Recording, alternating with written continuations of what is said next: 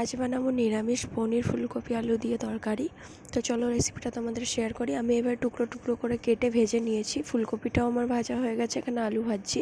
আমি এবার তেলে তেজপাতা দিয়ে দিয়েছি একটা, টমেটো বাটা আদা বাটা দিয়ে দিয়েছি।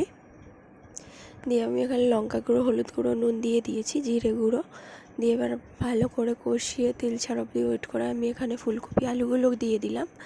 দিয়ে এবার ভালো করে এটা কষাতে থাকবো। এইভাবে রান্না করে দেখো বন্ধুরা, দারুণ লাগে নিরামিষ তরকারি। আর অবশ্যই কেমন হয়েছে জানিও আমাকে। ভালো লাগলে লাইক, সাবস্ক্রাইব, শেয়ার করতে ভুলো না।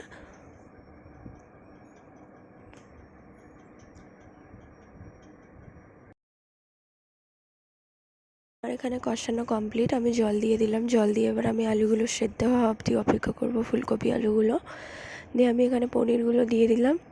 দিয়ে কিছুক্ষণ ফুটিয়ে নামিয়ে নেব।